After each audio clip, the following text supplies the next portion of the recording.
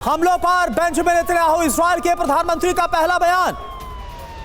Iran में सत्ता बदल कर रहेंगे, नेतन्याहू ने यह कह दिया है। और इससे पहले आपको याद होगा कि हमने डोनाल्ड ट्रंप का बयान भी दिखाया था, उसमें भी कमोबेश यही लबोलुबाब था। हमले के लिए डोनाल्ड ट्रंप का धन्यवाद भी नेतन्याहू की तरफ से दिया गया। हमलों पर नेतन्याहू का पहला बयान, और वो ये बोल रहे हैं कि ईरान में इस बार सत्ता बदल कर रहेंगे, यानी आयतुल्लाह अली खामनेई का जो रिजीम है उसे पूरी तरह से बदल दिया जाएगा। रिजीम चेंज करना ही अमेरिका और इजराइल दोनों का मकसद है। और यह बयान इजराइल की तरफ से दिया गया, इजराइल के प्रधानमंत्री बेंजामिन नेतन्याहू की तरफ से। और ये लगातार तस्वीर आपको हम दिखा रहे हैं, ये लगातार तस्वीरें आपके सामने जो इजराइल की तरफ ईरान के मिसाइल अटैक किया है वो आपके सामने आसमान से कैसे ये जो मिसाइल है वो हजारों किलोमीटर का सफर तय करते हुए आगे बढ़ती हुई नजर आ रही है। लेकिन सवाल यह है कि ईरान जो इस बार कोशिश कर रहा है अपनी मिसाइल ताकत के जरिए इजराइल या फिर तमाम बेसिस पर नुकसान पहुंचाने की कोशिश कर रहा है अमेरिका के, क्या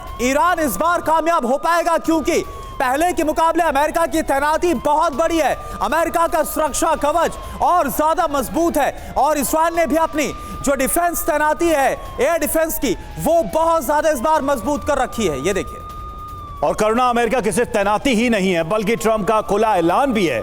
अभी जो थोड़ी देर पहले उन्होंने कहा कि इंटेंट बहुत साफ है इस बार ट्रंप का, अमेरिका का, कि ईरान में उन्हें कुछ बड़ा करना है, अपने ऑब्जेक्टिव्स को लेकर पूरी तरह से एक बड़े ऑपरेशन या बड़े हमले को अंजाम देना है। वो साफ ऑप्शन दे रहे हैं कि सरेंडर करना होगा खामनेई की सत्ता को, नहीं तो मौत निश्चित है। ये देखिए, हम आपको दिखा रहे तस्वीरें। खुफिया विभाग जो है ईरान का, उसकी बिल्डिंग को ध्वस्त किया गया, रक्षा मंत्रालय पर अटैक किया गया, खामनेई के ऑफिस को नष्ट किया गया, एटमी साइट्स को निशाना बनाया गया, शहरों के ऊपर ये हमले हुए हैं। तो ये तस्वीरें बता रही हैं कि किस तरह से एक साथ एक कोऑर्डिनेटेड अटैक किया गया। इसमें जो टारगेट्स फिक्स किए गए वो भी बता रहे हैं कि कोशिश यही कि पहले ही हमले में ईरान को सरप्राइज कर दिया जाए। हालांकि ईरान की तरफ से जवाबी कार्रवाई हो रही है, ईरान की तरफ से काउंटर एक्शन हो रहा है।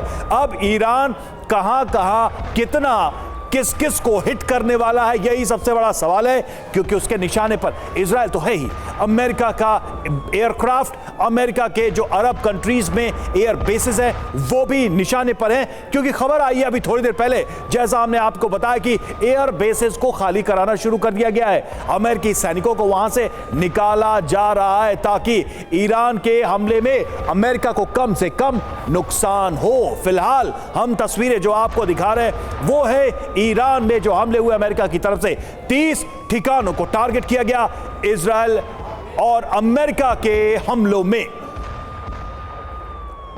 और इस बीच ईरान ने बैलिस्टिक मिसाइल का इस्तेमाल करते हुए इजराइल के ऊपर भी हमला कर दिया है। हालांकि इजराइल ने कहा कि हमारा जो मिसाइल डिफेंस सिस्टम है, एयर डिफेंस सिस्टम है, वो एक्टिव कर दिया गया है। अब जवाबी हमला ईरान कर रहा है तो इससे कितना नुकसान पहुंचेगा इजराइल को, वो कुछ तस्वीरें जब आएंगी तो और पता चलेगा। लेकिन इतना तय है कि अपनी मिसाइल की ताकत को दिखाना शुरू कर दिया है ईरान ने।